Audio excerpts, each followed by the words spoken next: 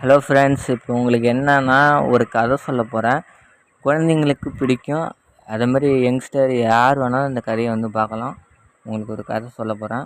என்ன கதைன்னா, உங்களுக்கு வெங்காயம், தக்காளி, உருளைக்கிழங்கு அந்த கதை தெரியுமா? அந்த கதை தான் இப்போ வந்து உங்களுக்கு சொல்ல போகிறேன். அந்த கதையை பற்றி வாங்க பார்க்கலாம்.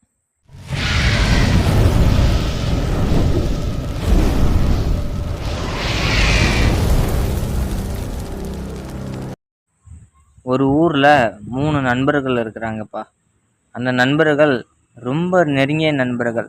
அவங்களுக்குன்னு ஒரு பேர் உண்டு. ஒருத்தன் வந்து எப்பயுமே சாதுவாக இருப்பான். இன்னொருத்தன் வந்து நல்லா தடுக்கு முடுக்குன்னு இருப்பான். இன்னொருத்தன் வந்து கல்லாட்டம் இருப்பான்.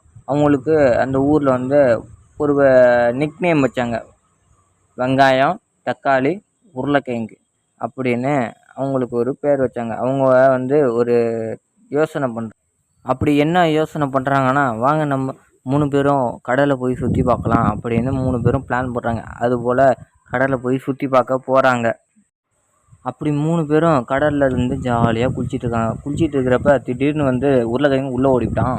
என்னன்னு பார்த்தா அவன் ரொம்ப கல்லாக இருக்கான், வெயிட்டாக இருக்கானா, அதனால உள்ளே ஓடிட்டான்.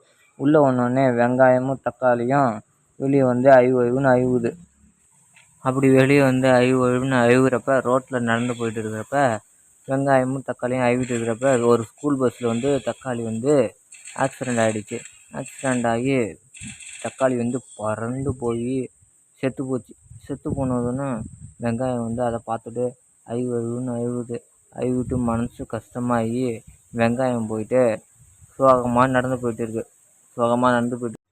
அப்படி சோகமாக நடந்து போயிட்டு இருக்கிறப்ப சிவன்கிட்ட போயிட்டு இதேமாரி ஒரு வரம் கேட்குது. நான் செத்தா யார் அழுவா அப்படின்னு சொல்லி வரம் கேட்குது. அதுக்கு சிவன் வந்து உன்னை யாரெல்லாம் துன்புறுத்துகிறாங்களோ அவங்க கண்ணீர் விடுவாங்க அப்படின்னு சொல்லி சிவன் ஒரு வரம் கொடுக்குறார்.